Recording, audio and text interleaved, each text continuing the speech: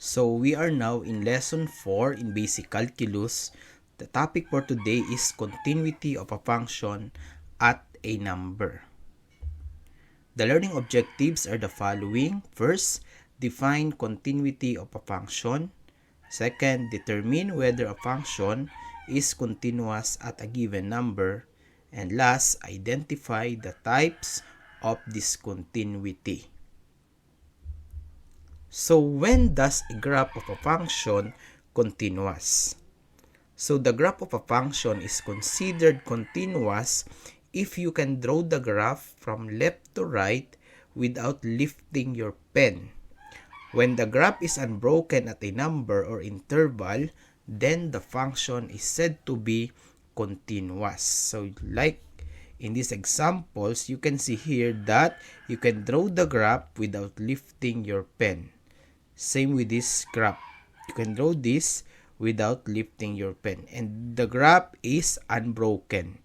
Okay? So you can see that there are what?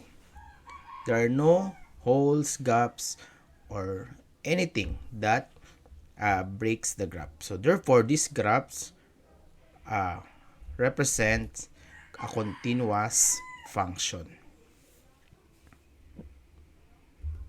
So how about discontinuous? When the graph is broken at a number or interval, then the function is said to be discontinuous.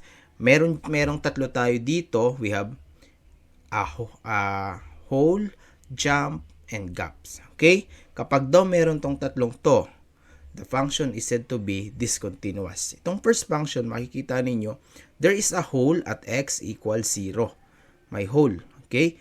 That's why this function is a graph of a discontinuous function. There is a discontinuity at x equals 0. You cannot draw the graph without lifting your pen, because when you draw until this, so you stop, then draw it again. Okay? The second function, the second graph is also a discontinuous function because there is a jump. Okay? From left to right, you can draw the graph up to this point, then you have to jump to grab the other part. Okay? As you can see here, the function's graph is discontinuous also at x equals 0. Okay? Yung first may hole, itong pangalawa may jump. Itong pangatlo, makikita nyo, this is a graph of a rational function. When you recall your Gen Math, this orange broken line is a vertical asymptote. So therefore, you cannot draw the graph without lifting your pen because there is a gap here. Vertical gap, the vertical asymptote. Okay? So tatandaan niyo yung tatlong to. Kapag meron to sa graph, therefore, yung graph na yon ay discontinuous. Okay? May hole, may jump, and there is a vertical asymptote. So, what is continuity? So, here is the definition of continuity, and in this definition, there are conditions in order for the function to be continuous at a given number. Okay? Let f of x be a function defined for all x in an open interval containing c. The function f of x is continuous at x equals c if the following conditions are satisfied. The first condition, f of c exists. Ibig sabihin, when you replace x by c in the given function, the result is a real number. Okay? There's always a result. Not indeterminate, not undefined, but there is an exact real number that will result after you replace x by c. Okay? Second one, the limit of f of x as x approaches c exists. Okay? So, nag-exist daw yung limit. And the third one, the third condition, the value of the first and second condition must be the same. Meaning, the limit of f of x as x approaches c equals f of c. Take note, if at least one of the three conditions fail, the function f of x is said to be discontinuous at x equals c. Okay, when we are going to determine whether the function is continuous or discontinuous, you check the three conditions. In case, sa first condition pa lang, hindi na nasatisfy, you can now conclude that the function is discontinuous at the given number. You do not need to continue to the second and third conditions. Okay? So, mag-i-stop na tayo sa first kasi napakita na natin doon na the function is already discontinuous at the given number because the first condition is not satisfied. So, pero kung nasatisfy ang first condition, you go to the second condition, then in case na hindi na naman nasatisfy ang second condition, you have to stop there and conclude that the function is discontinuous at a given number because the second condition is not satisfied. Okay, let's have the first example. Determine if the given function is continuous at the given number. So the function is f of x equals 4x squared plus x minus 2 and the given number is x equals 1.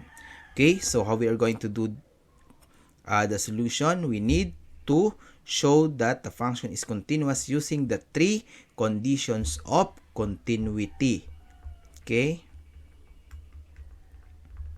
So the first condition, since x is equal to 1, so f of 1 must exist. Okay? So we need to solve for f of 1. How we are going to do that? Just replace x by 1 in the given function. So it becomes 4 times 1 squared plus 1 minus 2. 4 times 1 squared is 4 plus 1 minus 2. 4 plus 1, 5 minus 2, 3. Okay? So, f of 1 equals 3.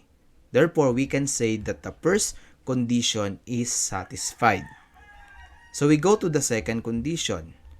We find the limit of f of x as x approaches 1.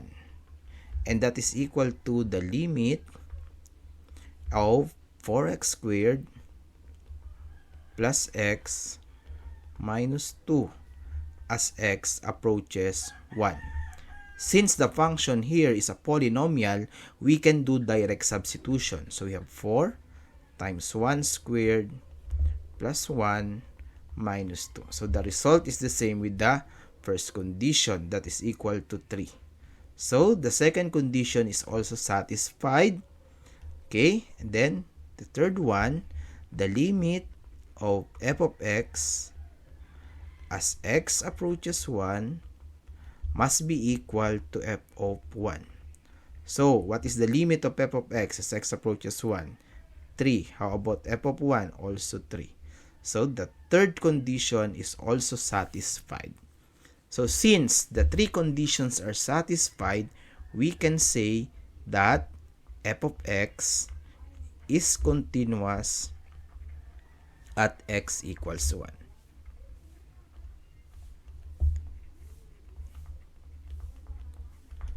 Okay? Second example, we have the function f of x equals x squared minus 9 divided by x minus 3. And the given number is x equals 3. So again, by using the definition of continuity, so we have the first condition. We find f of 3. So we have by substitution 3 squared minus 9 over 3 minus 3. 3 squared is 9 minus 9. So 3 minus 3. So 9 minus 9 is 0 over 0. And that is indeterminate. Okay? So indeterminate meaning to say that the function is not defined when x equals 3. Okay, so f of 3 does not exist. Okay, f of 3 does not exist. So since the first condition is not satisfied, we can say that the function is discontinuous at x equals 3. Okay? So, ganyan yung sinasabi ko. Since na sa first condition pa lang, hindi na nasatisfy, you can now conclude that the function is discontinuous at x equals 3. The reason is, the first condition is not satisfied. Example number 3.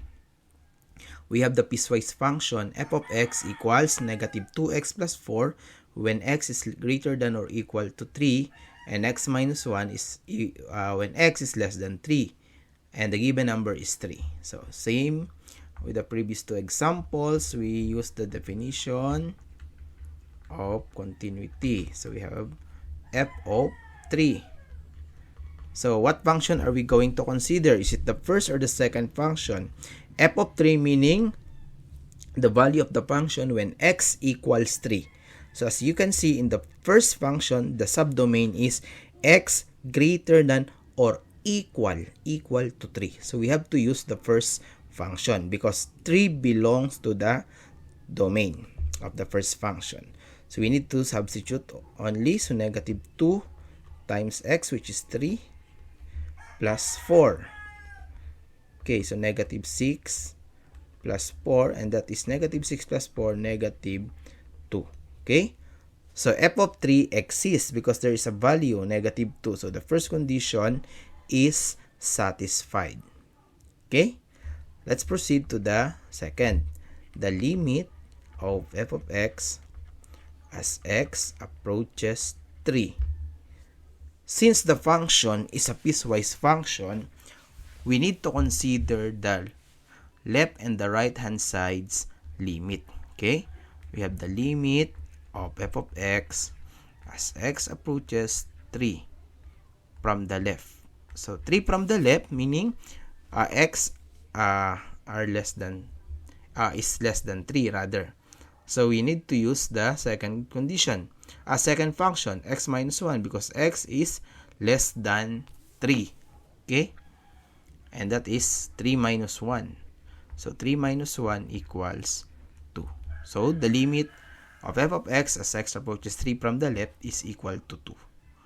Then the limit of f of x as x approaches 3 from the right, and that is the first function because greater than 3.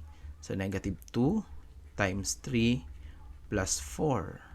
Negative 2 times 3, negative 6 plus 4, negative 2. Since the left and the right hand side's limit are not equal, the left hand is 2, the right hand is negative 2, they are not equal, we can say that the limit of f of x as x approaches 3 does not exist.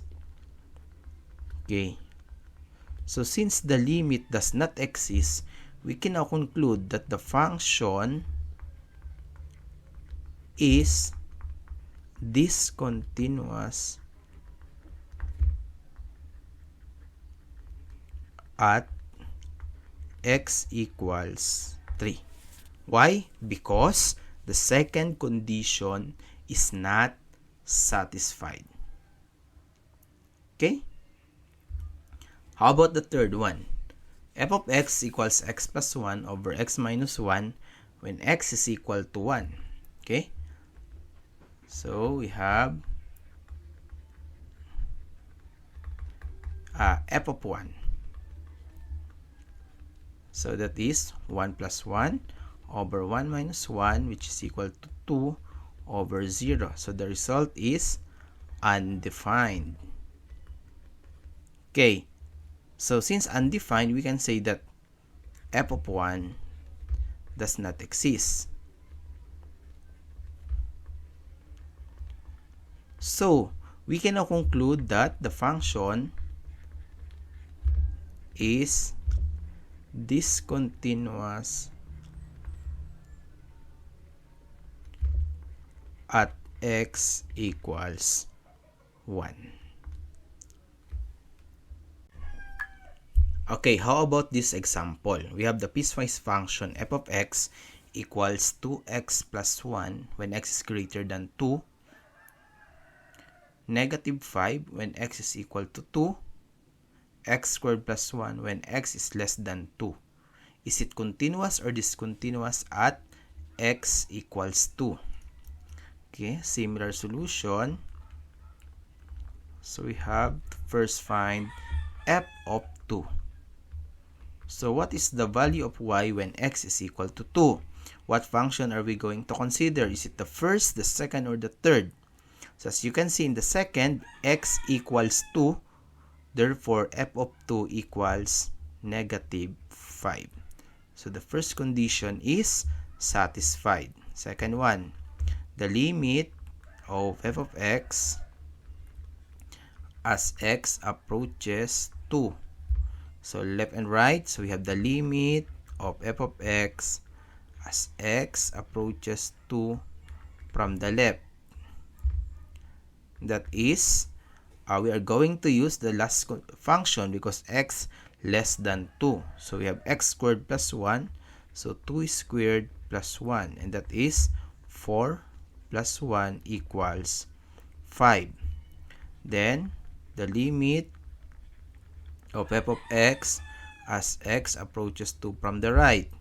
So greater than 2. So we need to use to replace x in 2x plus 1. So 2 times 2 plus 1. 2 times 2, 4 plus 1 equals 5. Therefore, the limit of f of x as x approaches 2 exists. And thus, the second condition is also satisfied. Okay? So, equals 5 rather. So, the limit of f of x as x approaches 2 equals 5. So, the second condition is also satisfied. Right? Then, we go to the third condition. Limit of f of x as x approaches 2, is it equal to f of 2? So what is the limit of f of x as x approaches 2? 5. How about f of 2? Negative 5. They are not equal. So the third condition is not satisfied. So therefore, we can say that f of x is discontinuous at x equals 2. Why? Because the third condition is not satisfied. Okay? Take note of the following. Functions that are always continuous or are continuous everywhere are the polynomial functions and the sine and cosine functions. Meaning to say, you do not need to test the continuity of the function using the definition, the three conditions, when the function is polynomial and the sine and cosine functions. You can already conclude that these functions are continuous at any real number. Why? Because the domain of these functions are all real numbers. Meaning, there is always a value y when you replace x by any value of real number or any real number. Okay? Because the domain is the set of all real numbers. However, those functions that are continuous only at every number in its domain are the rational functions, radical functions, and the other trigonometric functions. Okay, in this case, you need to test for the continuity of the function in order for you to decide whether the function is continuous or discontinuous at a given number. Or, you just get the domain and check whether the given number belong or not belong to that domain. So if the number belongs to the domain, you can say that this is continuous. But when the function, or rather when the given number does not belong to the domain of the function, meaning the function is discontinuous. Okay? So for you to understand this, let's have these examples. So determine whether the given function is continuous or discontinuous at a given number. So we have f of x equals 2x cubed minus x squared plus 3x minus 1. X equals negative 1. So is the function continuous at x equals negative 1? The answer is yes. So continuous siya. Why? Because the given function is a polynomial function. So you can conclude that it is already continuous without checking for the domain and the conditions of continuity, because this is a polynomial function. Second one, f of x equals 2x plus 1 divided by x minus 4. Is it continuous at x equals 0? Look at the function. The function is a rational function. So we need to first find the domain. How we are going to find the domain of a rational? You look at the denominator, equate it to 0, then solve for x. So x equals 4. So the domain is all real numbers except 4, right? So sabi diba kapag interval siya from negative infinity to 4, union 4 to positive infinity. Or pwede rin namang x not equal to 4. In short, kung titingnan ninyo the given number is 0 and 0 belong to the domain of the function. So, you can conclude that the function is also continuous at x equals 0 because the given number is 0, not 4. Okay? How about the third? Another rational, f of x equals x plus 1 divided by x squared plus 6x plus 9. X is negative 3. So we have x squared plus 6x plus 9. That equate to 0 by factoring, that is x plus 3 times x plus 3.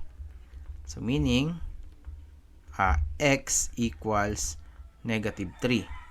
What does this mean? Meaning the function is defined for all real numbers except negative 3. Because when x is negative 3, the function is undefined.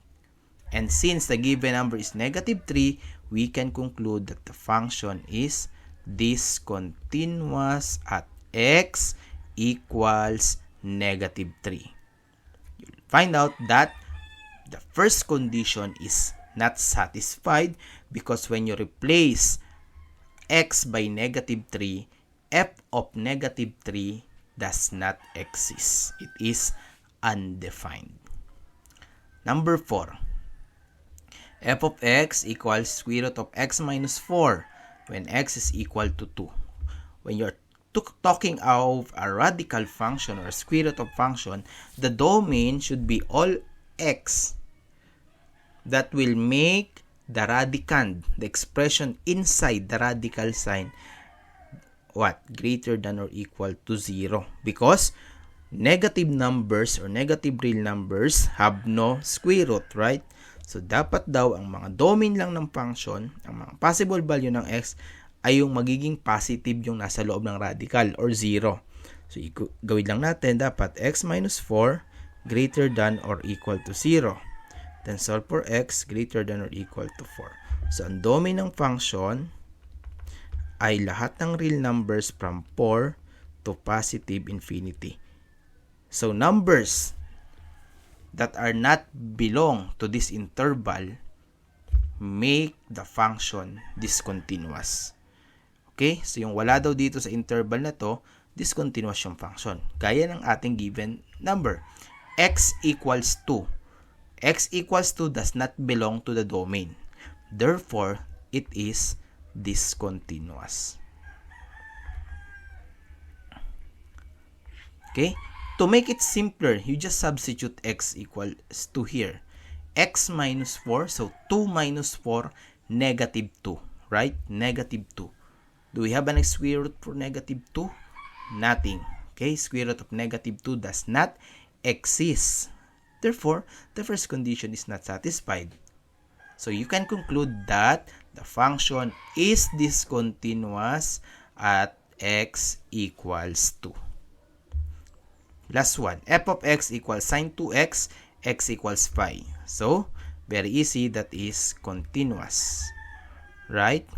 Because as stated earlier, the sine and cosine functions are continuous at every real number because the domain of the sine and cosine functions are both all set of real numbers or from negative infinity to positive infinity. So, kahit anong value ng x, continuous yung function.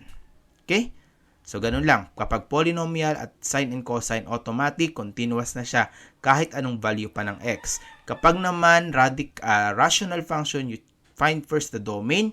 Kapag yung function nasa domain, pag yung number nasa domain, continuous siya. Pag wala sa domain, discontinuous siya. Just like the second example, ang x is equal to 0, so it will not make the denominator 0. So, therefore, continuous siya. But for the third one, x is negative 3. When you substitute negative 3 to the denominator, the result is 0. So, therefore, discontinuous siya at x equals negative 3. Doon naman sa radical, sa square root function, dapat ang nasa loob lang, ang domain niya, kapag ni-replace yung x, the value inside the radical sign becomes what? Greater than or equal to 0. So, meaning, ang domain nito, kung x minus 4, ay ito nga. From 4 to positive infinity. So, alam natin, 2 does not belong to the domain. Therefore, we can say that it is discontinuous. Or kapag nag-substitute ka lang, 2 minus 4, wala namang square root ang negative 2, kaya siya discontinuous. Then, for sine, automatic, continuous na siya. Okay? Okay, let's have another examples. Determine the value or values of x for which the function is discontinuous. Justify your answer using the definition of continuity of functions. The first example is f of x equals x plus 2 divided by x squared minus 5x plus 6. So if the given function is a rational function, you just have to consider first the denominator. You find values of x that will make the denominator equal to 0. And that is x squared minus 5x plus 6 equals 0. Then by factoring, the factors are x minus 3, x minus 2 equals 0, right? Negative 3x plus negative 2x is negative 5x. Negative 3 times negative 2, positive 6. Therefore, the values of x are positive 3, positive 2. So, the values of x for which the function is discontinuous are x equals 3 and x equals 2. Why? Because when you replace 3 or 2 in the given function, the answer is undefined. Let's say 3. It's equal to f of 3, so we have 3 plus 2 divided by 3 squared minus 5 times 3 plus 6. 3 plus 2 is 5. 9 minus 15, negative 6 plus 6, 0. So, undefined. Same with f of 2. So, you have 2 plus 2 over 2 squared minus 5 times 2 plus 6. That is 4. Okay, 4 minus 10, negative 6 plus 6, 0 is also undefined. Okay, that's why the function is discontinuous at x equals 3 and x equals 2. Why? Because the first condition is not satisfied. Okay, proceed with the second example. F of x equals 5x minus 1 when x is less than or equal to 1 and 1 minus 5x when x is greater than 1. So, you have to test the discontinuity or continuity of the function at the subdomain. the value given in the subdomain. So, the function is discontinuous at x equals 1. Okay? Discontinuous siya at x equals 1. Let's check. So, we have to first find f of 1. So, what is f of 1? So, the first subfunction because x less than or equal to 1. Substitution. So, 5 times 1 minus 1. 5 times 1, 5 minus 1, 4. Then, limit of f of x as x approaches 1 rather. So, 1 from the left, that is 5 minus 1, 5 times 1, 5 minus 1, 4. Then, 1 from the right, ito, 1 minus 5 times 1, negative 4. So, 4 is not equal to negative 4. So, the limit does not exist. Okay, as you can see, the second condition is not satisfied. Therefore, we can say that the function is discontinuous at x equals 1. So, ganun lang. If the given is a rational function, tingnan mo lang yung value ng x that will make the denominator equal to 0. Kasi alam nga natin, division by 0 is undefined. So, kapag ganyan, i-factor mo lang para mahanap yung value ng x. Okay?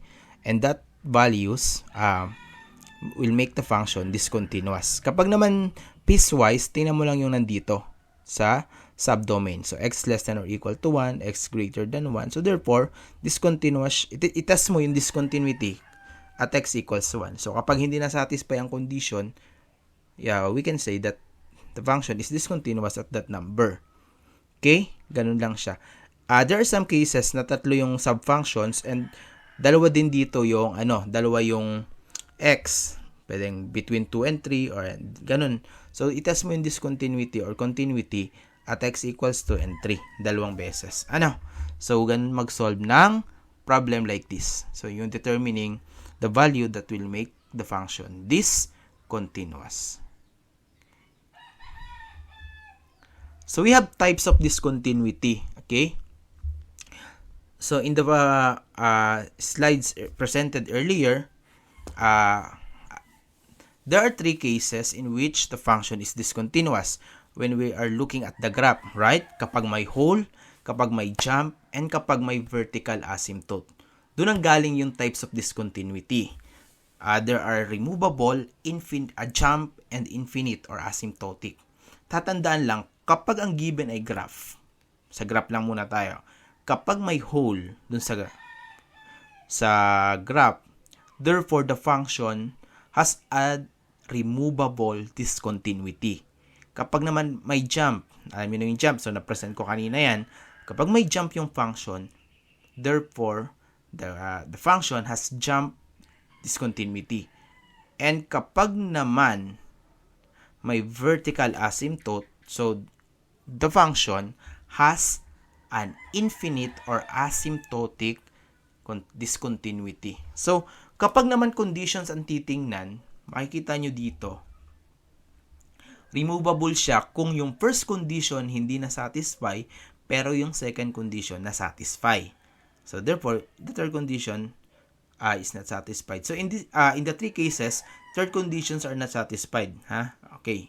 Hindi na-satisfy ang third condition.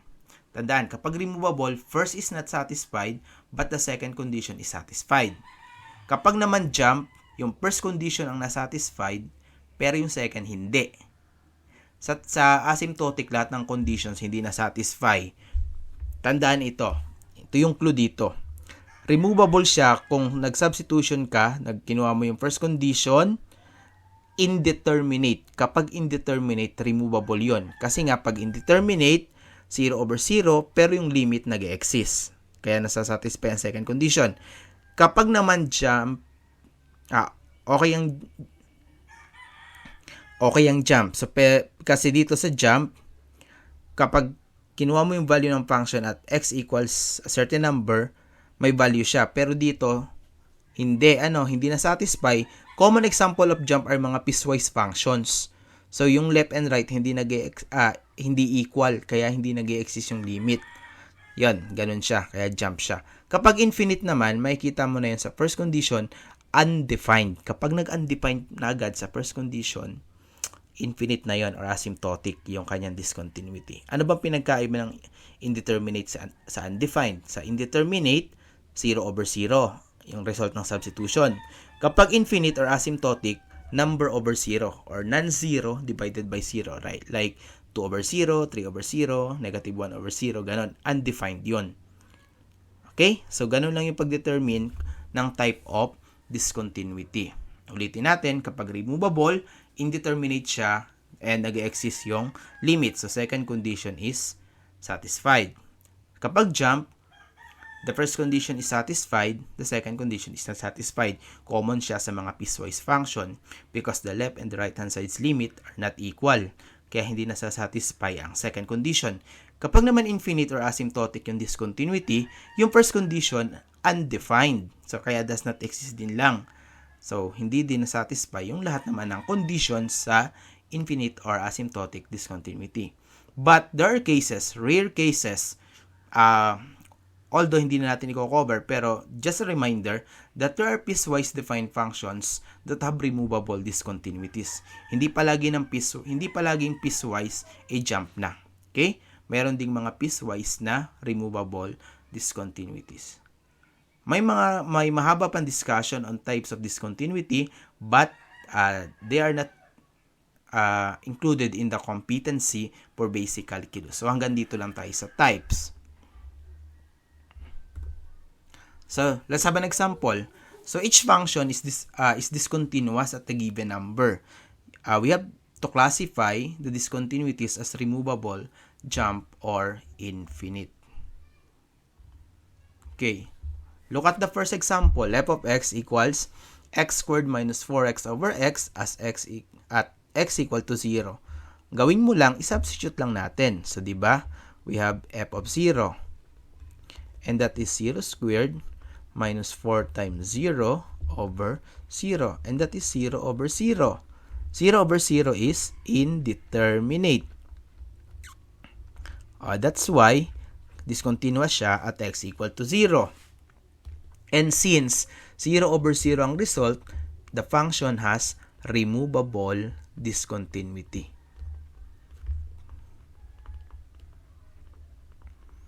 Kaya kapag chinek mo yan, nag-e-exist yung limit niya. Diba magpa-factoring ka dyan, makakancel yung x. Kaya nag-exist yung limit.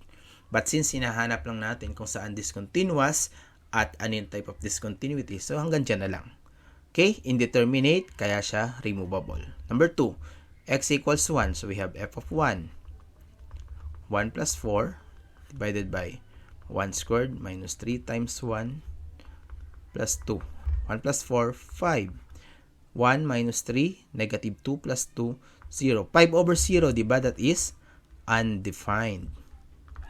Okay, kapag undefined, automatic, the discontinuity is infinite or asymptotic. Okay? Next, the piecewise. So, i-check ulit natin. So, we have f of 1. What is f of 1? So, ito, x less than or equal to 1. 5 minus 1. That is 4. We check the limit. X approaches 1. So, from the left, 1 from the left, so ito yon 4. 1 from the right, yung nasa baba. 8 minus 2 times 1. So, 8 minus 2, 6. So, yung left, 4. Yung right, 6. They are not equal. So, the limit does not exist. Okay? So, kapag hindi na-satisfy ang first condition, ang first condition na-satisfy, ang second hindi. Kaya siya, ano yung discontinuity niya? Jump discontinuity.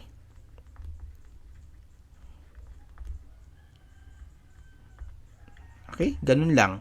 Kaya makikita nyo dito sa first and second, parehong hindi na-satisfy ang first condition. Kaso sa una, 0 over 0, indeterminate, removable. Sa pangalawa, undefined. Kaya siya infinite or asymptotic. Sa pangatlo, na-satisfy ang first condition, but yung second, hindi na-satisfy. Kaya siya, jump yung kanyang discontinuity. let's have this problem. Find the value of k in f of x equals 1 minus 2x, x is greater than or equal to 4, and kx squared plus 1, x is less than 4, to make the function continuous at every real number.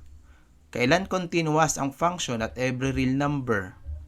Dapat nasasatisfy yung tatlong conditions. Pwede na natin i-conclude dun sa third condition that the limit of f of x as x approaches what? A certain number. In this case, since the given is a piecewise function, we are going to consider x equals 4. X equals 4. Kasi sabi dito, x greater than or equal to 4, x less than 4. So, the only possible discontinuity occurs at x equals 4. So, at x approaches 4, is it equal, dapat daw pala, is equal to 4. F of 4 rather. Para masabing continuous at every real number siya. So, kunin natin yung limit. Paano natin makukuha yung limit? So, we consider the left and the right hand sides. We have the limit of f of x as x approaches 4. From the left, 4 from the left, yung baba, x less than 4. Substitute mo dyan. So, k, ang x mo ay 4 squared plus 1. 4 squared, 16, k plus 1. So, yan yung ating left-hand side's limit. How about the right? Limit of f of x as x approaches 4 from the right. So, greater than 4. Itong nasa taas. 1 minus 2 times x is 4. So, 1 minus 8, negative 7. So, dapat equal yan. Ay, makikita nyo class, yung f of 4 natin, ano yun? So, di ba dito rin lang yan sa first function? X greater than or equal to 4. So, 1 minus 2 times 4 also, which is also negative 7. Galing din lang dito yan. So, i-equate nyo lang yung value. That 16k plus 1 must be equal to the limit, which is the same as f of 4. Okay? Negative 7. Then solve for k. So, 16k equals negative 7 transpose 1 minus 1. So, 16k, negative 7 minus 1, negative 8. Divide by 16. Cancel, cancel. So, therefore, k equals negative 8 over 16 or negative 1/2. Okay? So, the value of k that will make the function continuous at every real number is negative 1/2.